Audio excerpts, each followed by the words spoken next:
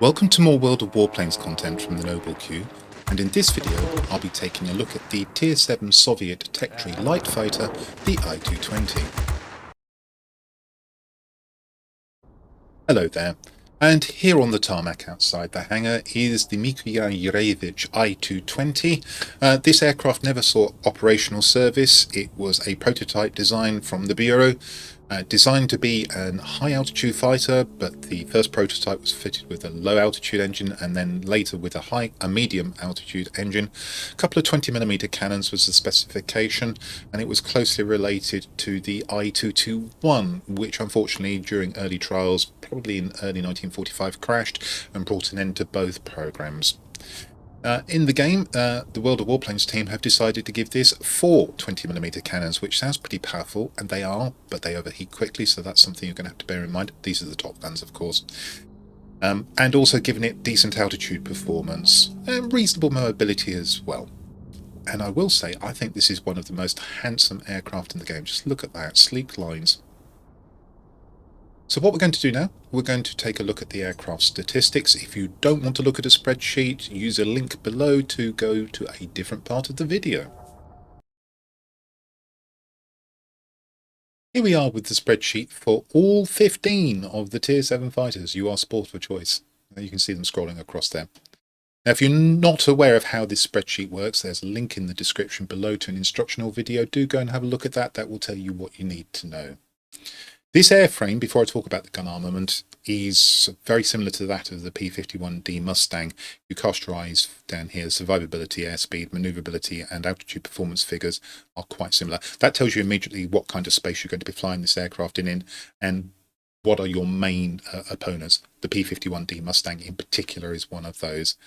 Where it differs is in the armament. This has 4 20mm cannons. Now the rating is 22 and the cumulative DPS is 380.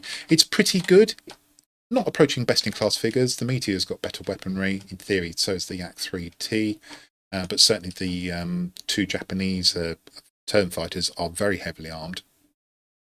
But it's a good rating. There's a catch coming up in a moment which stops me from describing these guns as good. I think they're decent. So, got DPS of 95 per gun each, rate of fire 420, a nice range of 2300 feet or thereabouts. Auto angle, dispersion angle and overheat. These figures are actually taken from the same guns but a different aircraft. Unfortunately, they're not directly available in the external source that I use for this information. However, I can tell you I think these figures are believable, and particularly, and here's the catch about these guns, the overheat time. It says it's 4 seconds. If anything, that feels like an overestimate. These guns overheat pretty quickly. You're going to have to be really disciplined to use these guns well. 2 or 3 second bursts, wait, 2 or 3 second bursts.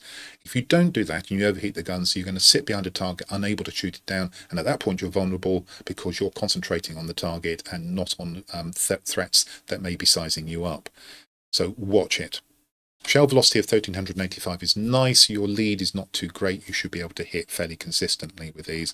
As far as the auto angle and the dispersion angle are concerned, I think these are believable figures. They're pretty average figures for cannons. So you haven't got a terrific advantage, nor have you got a disadvantage with these guns in terms of their accuracy. Of course, we have Mustang machine guns, which are shorter range but much longer burst, and they spray for a long time. And they may miss you almost as much as they hit you, but they will take you down. The long and short of it is, if your pilots are evenly matched and your specialization in equipment is pretty much the same level, if the Mustang gets on your tail, you're going to struggle to shake it off. If you choose the engagement, you should be able to shoot down the Mustang and he shouldn't be able to shake you. And that's true of the other aircraft that operates in the same space, which is the Bf-109G Gustav. There are 2 jets as well, Kostikov 302, Meteor. Both of these you can outturn. They shouldn't let you try and get into a turn fight with you. They should try and use their speed to get away from you. Particularly watch out for the Kostikov. If you have a pilot who realizes you've engaged him and he zooms upwards, he's going to try and use his superior climb rate to get away from you and his excellent acceleration. You probably want to disengage from that. Not so much true of the Meteor, because although it has got a good climb rate, it's also got a fairly low service ceiling. You might be able to get away with chasing that into the sky, provided you're low enough to begin with, high enough to begin with. Let's go back to survivability. It's not good news. these are all mostly third best in class figures, which actually translate to mostly worst in class figures or nearly worst in class. Only a hit rating of 6. Well, all light fighters are fairly fragile, but this one's more fragile than most. 280 hit points is not great. Damage resistance at 46 is not particularly good. This is the one that makes it difficult, though. A fire resistance of 30. Now, in theory, it's third best in class, but I can tell you you're going to get set on fire a lot, and that means you're going to have to do at least one of two things.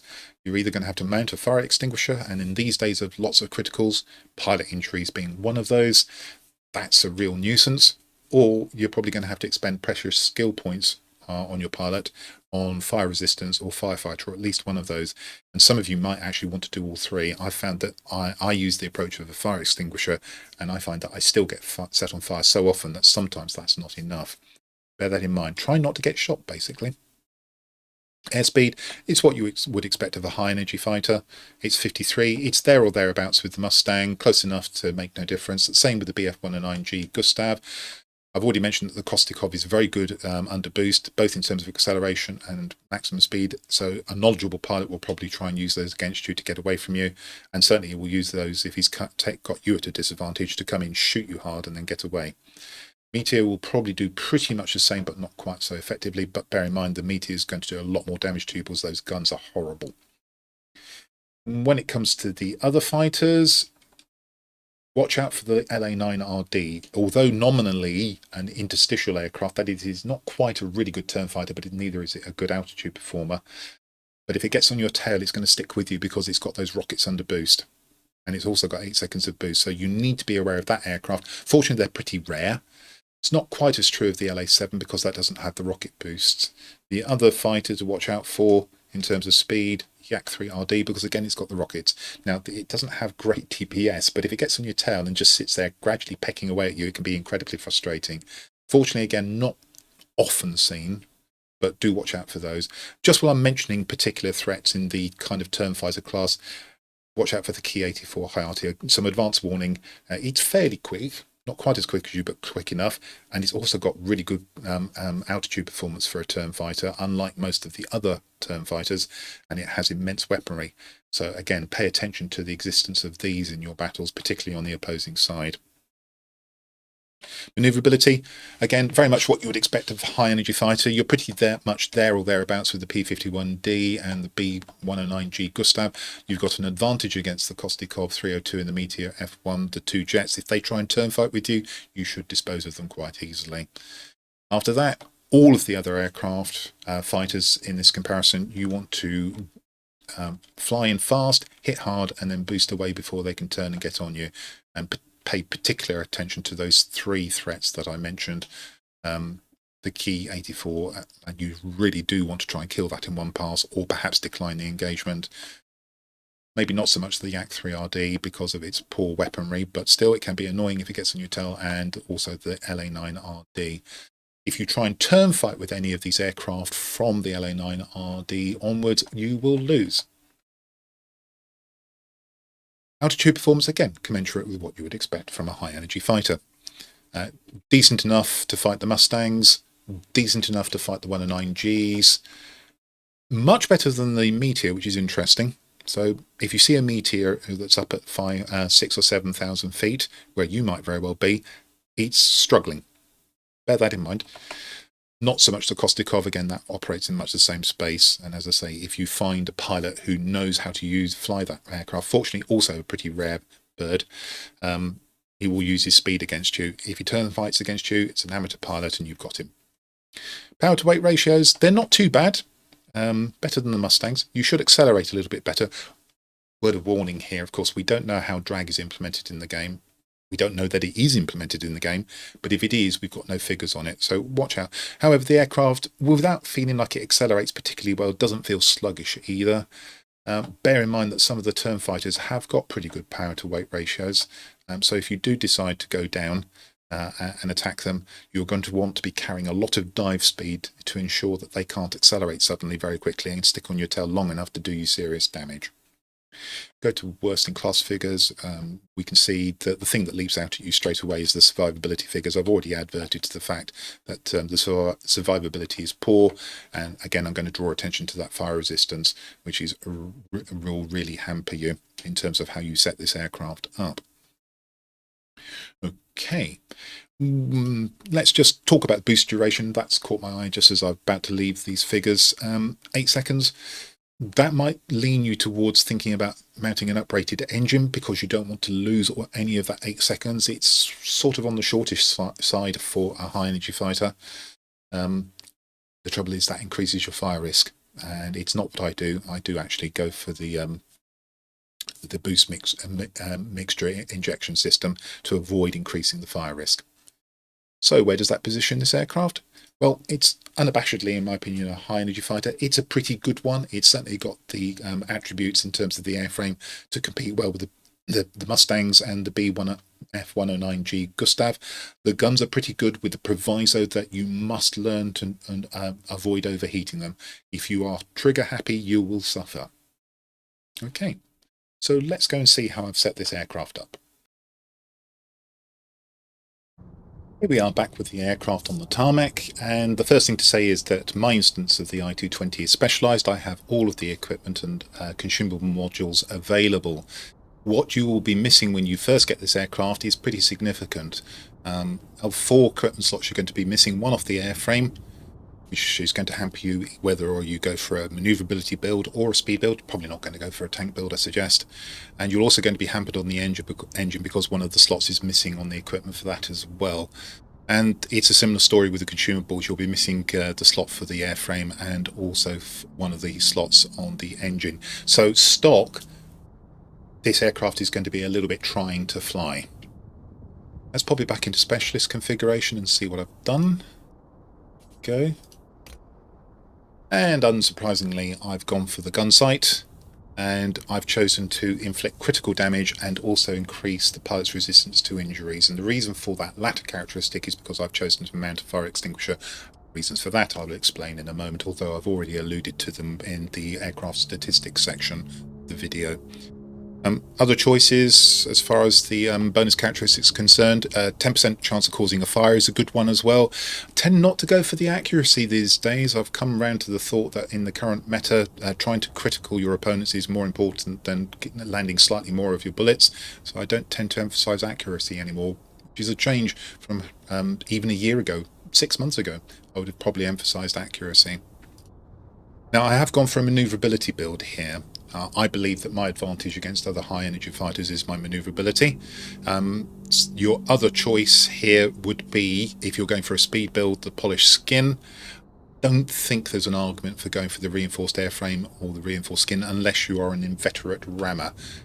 And some of the ex-CIS players do seem to like their ramming, so maybe they have got tank builds. It's not one I'm going to be discussing here. With the lightweight wing frame, I've gone for a little bit of resistance to critical damage.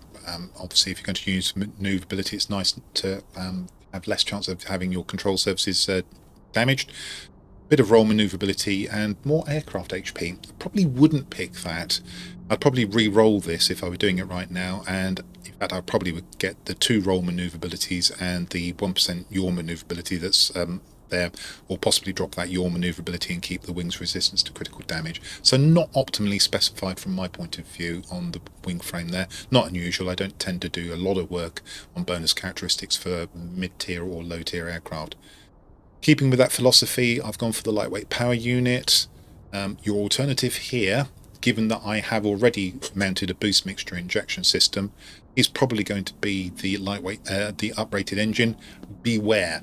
If you mount one of those, you are going to increase your fire risk, and you've already got a bad exposure to fire in this aircraft.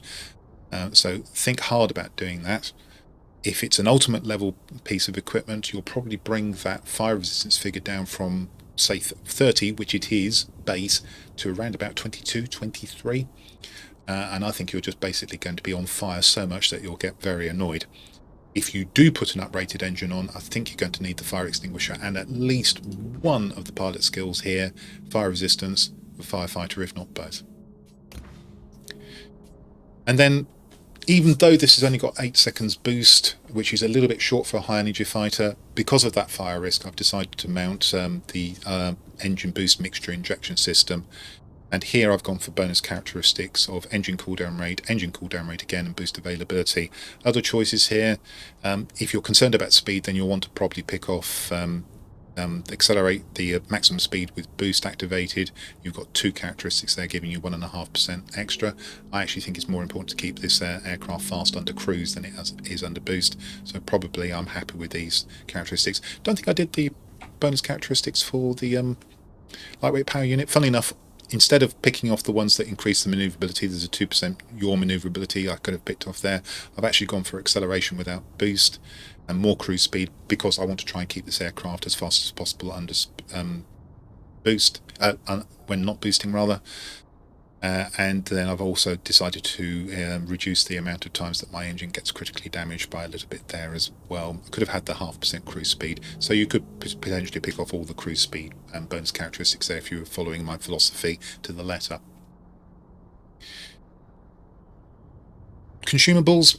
Fire risk means that I think you have to mount a fire extinguisher if you're not going to use cruise skills to ameliorate the effects of fire, which I don't. I don't like wasting my terms skill points are on two valuable skill points on fire resistance and firefighter skill. So for me, immediately that means that you have to mount a fire extinguisher, or you take what is a serious risk of fire and mount the first aid kit, because unfortunately a pilot is going to get shot out quite a lot as well.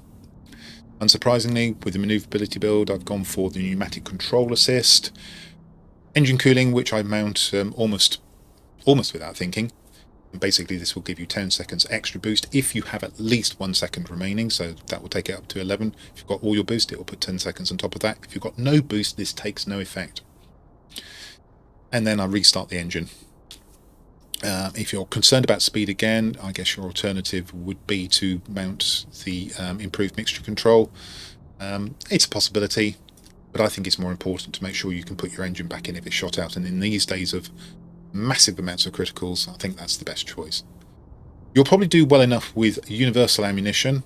That increases the chance of fire and critical damage. I've got lots of gold which I'm trying to get rid of, so I've picked off the fragmentation ammunition, which is a gold consumable, and that it gives you the maximum chance of inflicting critical damage. And again, in these days, that's no bad thing. And of course, it's good to critical turn fighters to stop them being able to turn on you.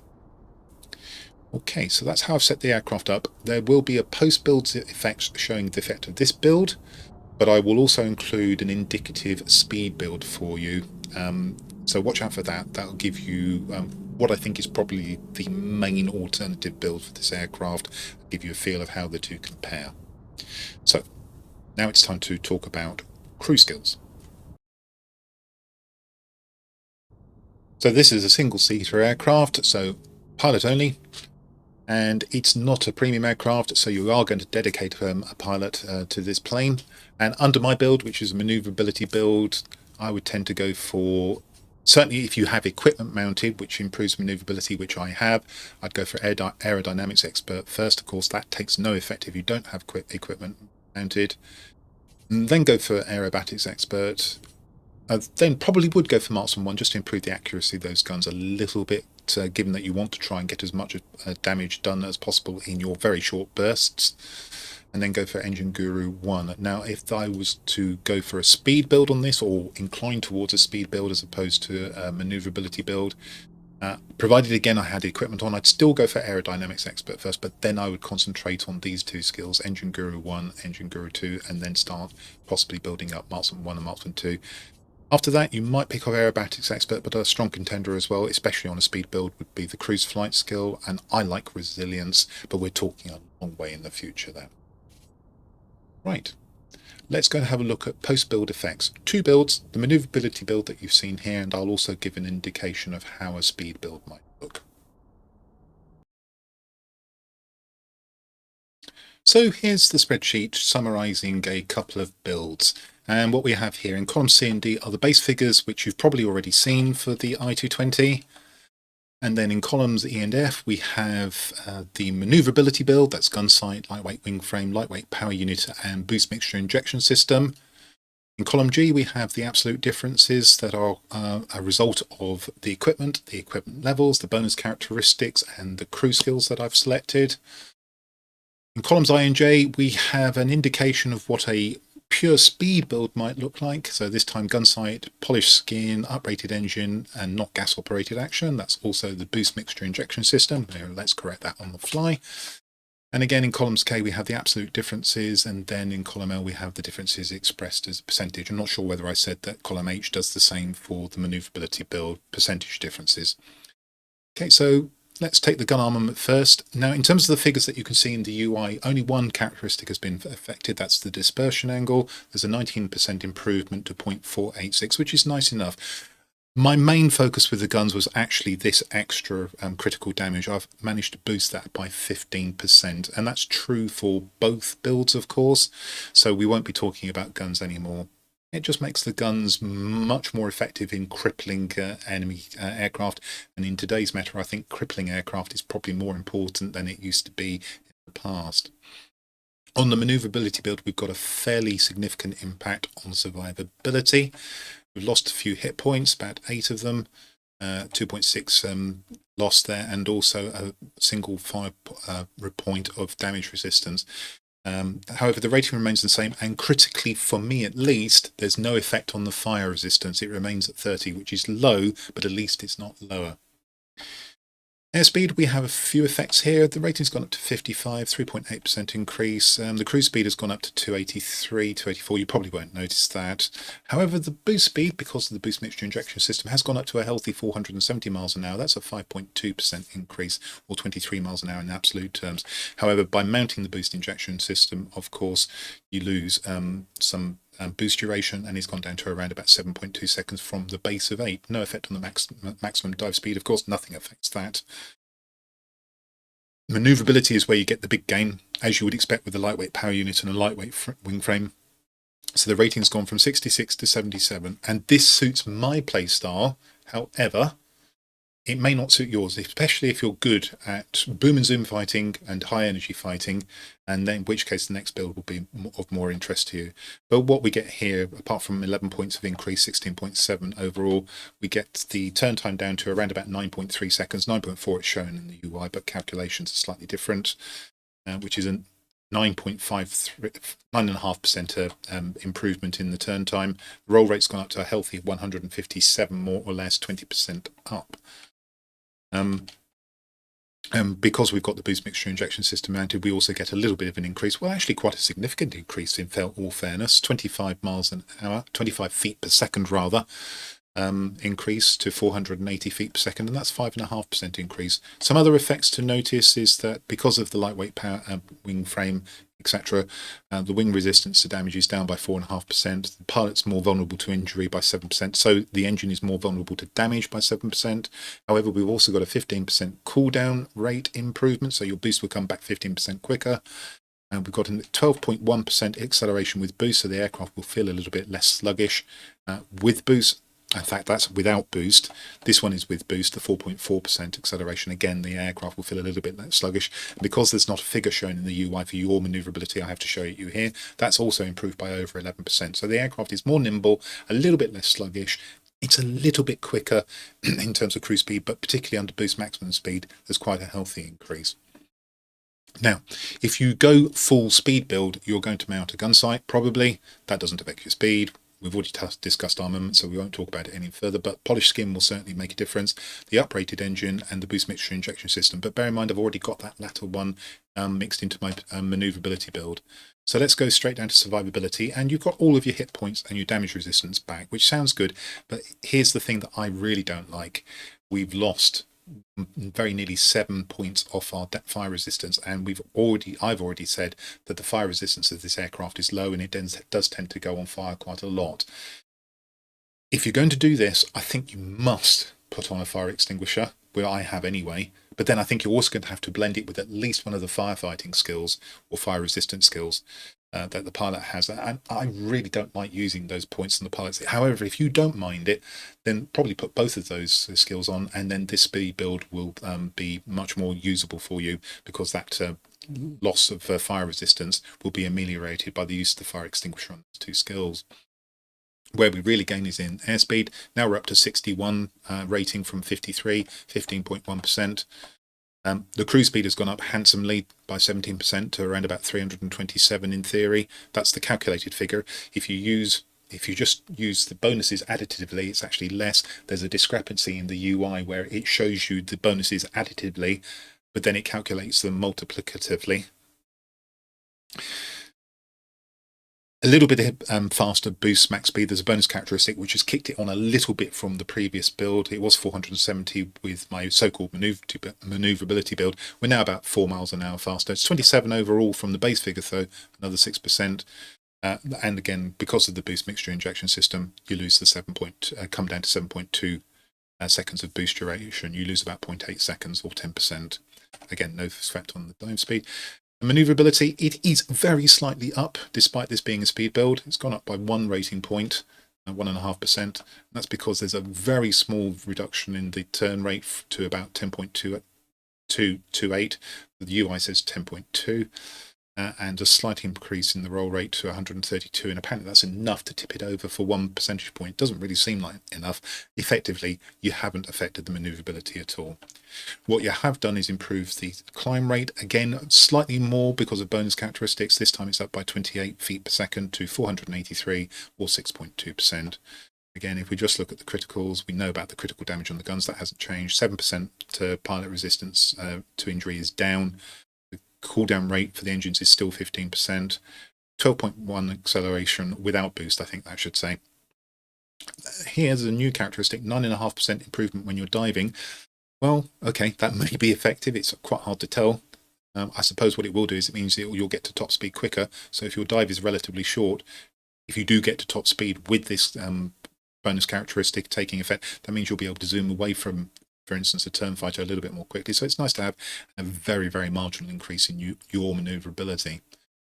And having looked at those figures, even though I really am reluctant to fiddle about with the crew skills in order to improve the fire resistance or firefighting abilities of the pilot, I am tempted to try this aircraft fairly soon with that speed build and see whether in fact that makes the high energy fighting style more suitable and more powerful than I think it is, because I don't actually know. My recommendation to you would be to try 2 builds like this and see which one you prefer. Now, bear in mind, because my equipment may be at a different level to yours, it may be calibrated differently, it may have different bonus characteristics, your crew skills might be slightly different. These are not absolute figures that you are limited to. You might be able to improve on some of these figures, but you might also be a little bit worse in some places. But I think this is a pretty good indication of a maneuverability build and a speed build, and I hope you found that helpful. So the next thing to do is go and find out how the aircraft performed in battle with the maneuverability build. Map for the forthcoming battle is Northern Bridgehead. It's the Cold Skies variant. This is a 4-sector map, with the sectors being laid out roughly in the shape of an upside down lowercase y, or perhaps a reverse lambda, the Greek letter. And what we have in the centre is a forward airstrip. This is not a repair airbase. It allows you to spawn there, which is extremely useful. And tactically it's important because it's in the centre and allows easy access to the other 3 sectors, but you can't repair your aircraft and you can't select a different one of the same tier. The 2 strategically important sectors are the command centres, one near each spawn, and of course they release bomber flights approximately every 20 seconds to try and flip enemy sectors to your side. And then finally we have a make-weight garrison off to one side, just the standard 3 resources every 5 seconds, or influence points if you prefer. And generally the way to win this map is to try and take your own command centre and hold it, hold the centre and use that as a springboard to mount attacks on the enemy command centre, and whoever does that most successfully is likely to win the battle. We look at the order of battle, a little bit thin the players this particular battle. There's myself in the I-220, we have a Bf-109Z Zwilling, and then we have a single bomber, a tier 6, a P-2 M82. The enemy team are all tier 6s, however, for a start, 2 of them are in a flight. The S199 is a very strong multi-role. The XP54 I think we all know to be grossly overpowered. Even at tier 7 it's extremely effective and it hasn't got much opposition here in theory. And then they also have a B-17G, which isn't the greatest of bombers, but nevertheless on this map could do rather well. So even though they have the tier 6s and we have the tier 7s, I think actually they've got the advantage here, and as it turns out, I wasn't wrong. Let's see how the battle panned out. As we go into battle, the first thing to say is that this is a natively recorded replay file. It's not one of the World of Warplanes team's replay files. This means that you're going to see me zooming in and out, and also you will see that the reticle is accurately aimed as well. Might seem a little bit more jerky, of course, but I think that's a price worth paying. So we're off to the command centre nearest the spawn immediately because that's strategically important. Gaining altitude because altitude is an advantage in this aircraft. We're looking for the air defence aircraft to be below us, and we're hoping to hit them very hard as we dive on them.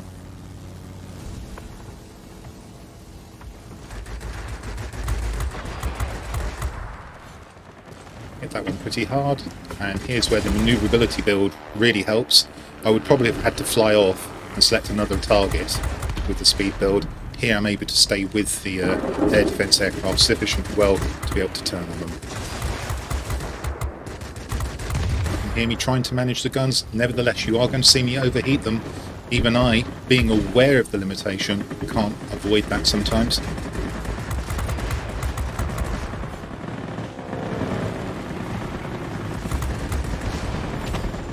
And my team captures the sector. So we'll go for the Corsair as it comes in, we get some criticals, and that's why I've got the 15% criticals.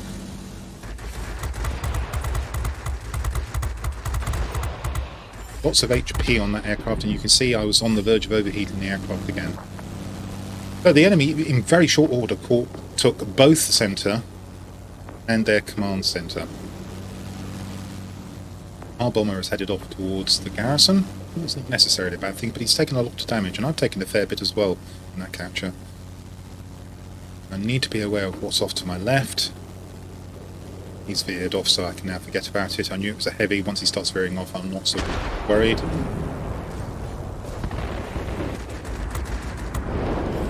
It's a mighty big crash. I wonder what that was. So we get onto the air defence aircraft, clear him off the tail of our bot ground attacker.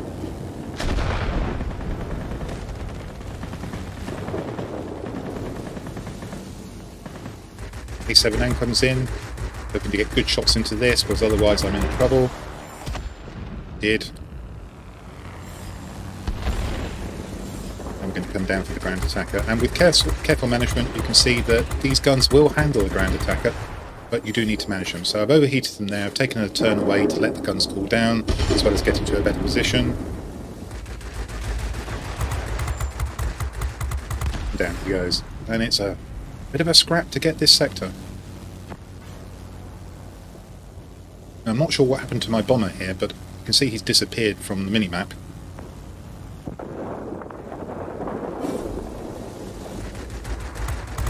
An advantageous position on the Corsair again. Manage the guns. Pot of fire. A bit more management. You can see I'm still overheating him. And down he goes, and that captures the sector. Another Corsair comes in, take a chance and go head on. He breaks off because he's a bot.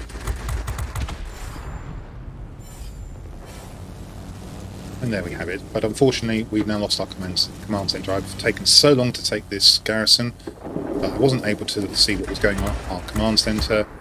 It's been left undefended, and I suspect the B-17G has come in and taken it. I'm still busy defending this garrison, which is not where I want to be. And now I see an opportunity to get in as ground attack that's coming in for the garrison. We've also taken the airfield. What I want to do is take this out and then set about trying to get the command centre if possible. Of course, there's still a lot of red aircraft around. I might have to clear them out of this sector first. Avoided the bomb trap. Careful gun management. Put down the ground attacker. Struggling a little bit to get up to the A26B. And also aware of other threats. Decide to break off and take a quick look. Come back onto the A26B and put him down. and then we find the B-17G. And now what I'm hoping to do is try and get into the blind spot behind this, but immediately he shoots my engine out. And this is what's happening all the time in the game now. The characteristic you most need to fight another aircraft is almost always the critical that occurs almost instantly. So I lost my engine at a very inopportune moment there. I've still managed to put the bomber down, but I wasn't never able to get into his blind spot, which means I've taken quite a lot of damage, and I'm still stuck at this garrison, and I'm still stuck trying to clear out the enemies from it. We've since lost the airfield, and we would have lost this garrison had it not been for me.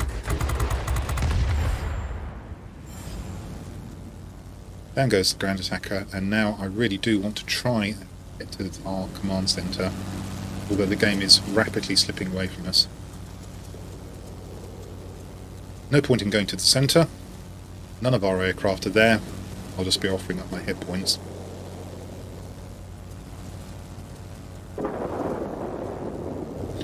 And with 10,000 personal points already, I've been working hard enough. First air defence aircraft comes into view. Or into range, I should say. And by killing it, I managed to take the sector. This isn't going to be enough though, and I've got to watch this heavy coming straight at me. It's a Key 102, I think. It certainly is. It's not fast enough to get away from me, even though this isn't a speed build.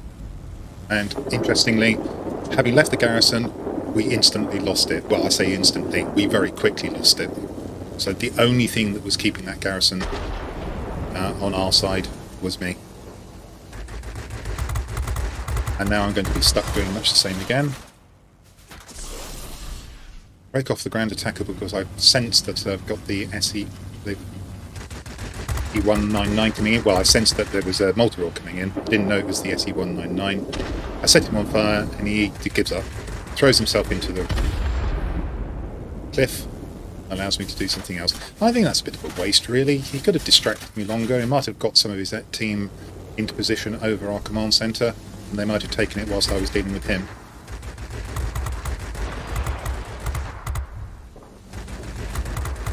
As good an aircraft as the S-199 is, it does not have the manoeuvrability to deal with this aircraft. So I've managed to take back, or help take back the garrison, but we're a long way behind. The game's nearly lost. I'm on fairly low health, so I go to see if I can farm this ground attacker. Again, careful management of the guns. A little bit of a late notification for the Winged Legend there, and also the Hero of the Sky. Straight up now, just in case a bomb was dropped. Dealt with the ground attacker. We're going to hold on to the scepter, but the game is over. And I think I've really done as much as I could. I held on to a sector. I wasn't able to get to the airfield, which I didn't think was that important in the context of the game.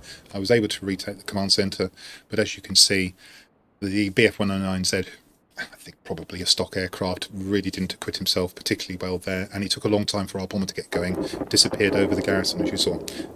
Nearly 17,000 personal points, some good medals. Not a bad battle, even though it's a defeat.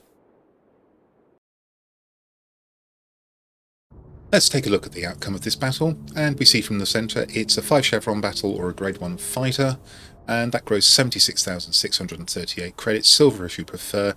About 25,500 of that came from the premium account bonus. If we look in the message box, we can see there were no expenses. I didn't lose the aircraft in this battle, so no repair costs, and as usual I was using prepaid consumables.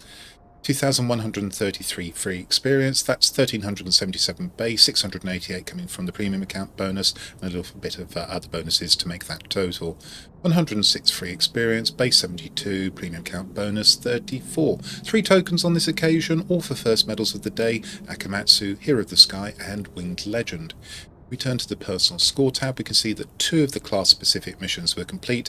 3/5 complete on destroying aircraft when defending. That's enough to give you the points for 5 chevrons. 16,915 personal points. 4 sectors captured, but I only did work on 2 sectors. I was limited. 18 aerial targets destroyed. Wasn't that far from getting an ace. With 7,057 damage to aerial targets and 42, count them, critical hits coming from the cannons. Didn't lose the aircraft, as I mentioned, 600 capture points, that was split 200 for defending and 400 for attacking.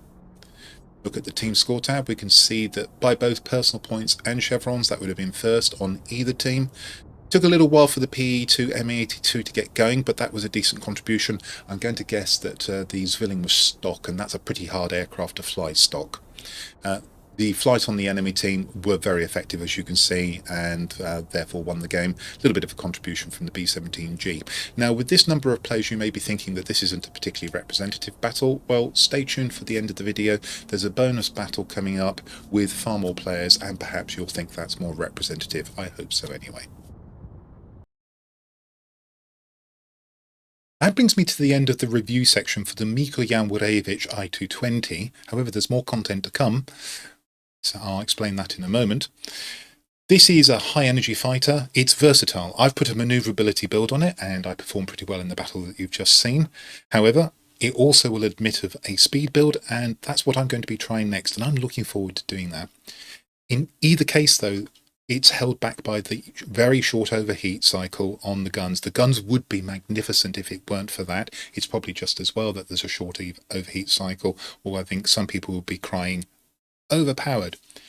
It is, in my opinion, a sweet spot in this line. Well, I hope you found that helpful, and that if you did, you'll come and see my future content. But wait, there's more. There's a bonus battle coming up with more players, and perhaps you may think that's more representative.